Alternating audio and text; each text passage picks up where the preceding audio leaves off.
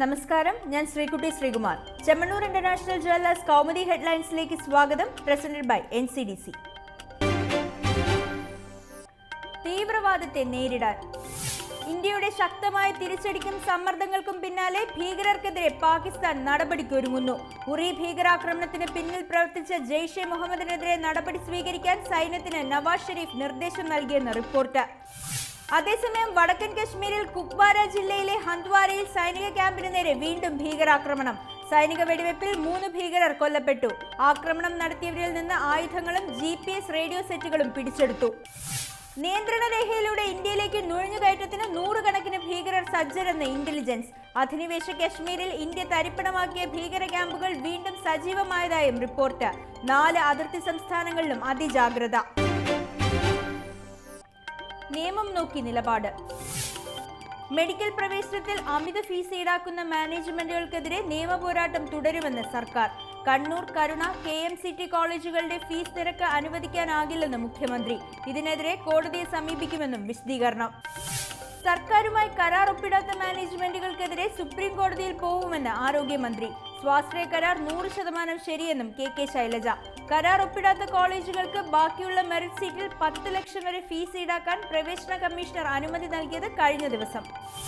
പരിഷ്കരിച്ച വിജ്ഞാപനം അനുസരിച്ച് കരുണ, കണ്ണൂർ മെഡിക്കൽ കോളേജുകൾക്ക് 10 ലക്ഷം വീതവും കോഴിക്കോട് KMCTക്ക് 7.5 ലക്ഷവും വാർഷിക ഫീസ് ഈടാക്കാം. അതേസമയം പ്രവേശനം റദ്ദാക്കിയ ജെയിംസ് കമ്മിറ്റി നടപടിക്കെതിരെ മാനേജ്മെന്റുകൾ നൽകിയ ഹർജിയിൽ ഇന്ന് വിധിയുണ്ടാകും. പ്രതിസന്ധിയിൽ BCCI. ലോധ കമ്മിറ്റി നിർദ്ദേശങ്ങൾ ലംഘിച്ച BCCIയുടെ നില പരുങ്ങലിൽ. പകരം സമിതി രൂപീകരിക്കുന്ന കാര്യം പരിഗണിക്കാവുന്നതാണെന്ന് സുപ്രീം കോടതി. നിലവിലെ പ്രധാന ഭാരവാഹികളുടെ യോഗ്യത എന്തെന്ന് ചോദ്യം. ക്രിക്കറ്റിന്റെ ഭരണനിർവഹണം ലോധ സമിതിയെ ഏൽപ്പിക്കുന്ന കാര്യത്തിൽ തീരുമാനം പിന്നീട്.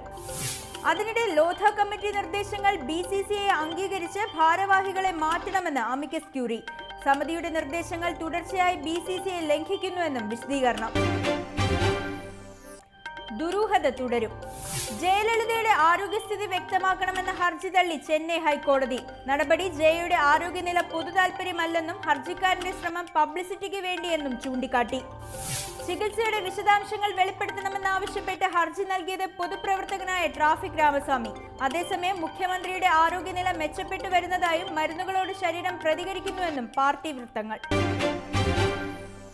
ഇനി ഇന്നത്തെ സ്വർണ്ണ വെള്ളി നിരക്കുകൾ.